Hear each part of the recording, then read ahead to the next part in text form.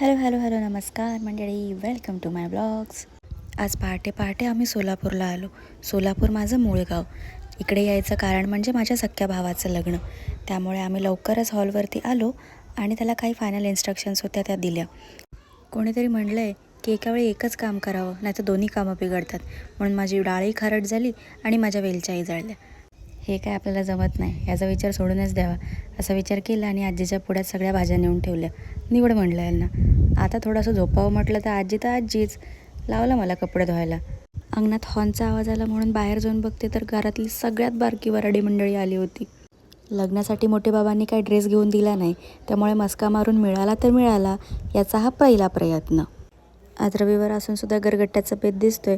या दोघांना कळलं आणि या दोघं यांच्या जेवणाची तयारी करण्यासाठी शेजारच्या कोंबड्या पकडायला लागले.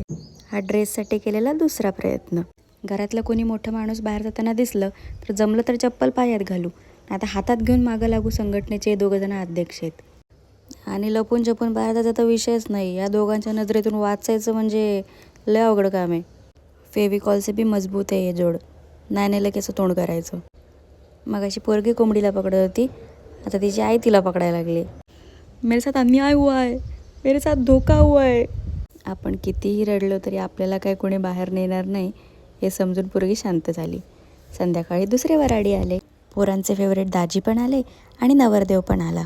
दिवसाचा शेवट गोड करायचा म्हणून शिदोरीसाठी लाडू बांधले आणि अशा प्रकारे आमचा दिवस पार पडला. भेटूया नेक्स्ट व्लॉगमध्ये. तोपर्यंत बाई.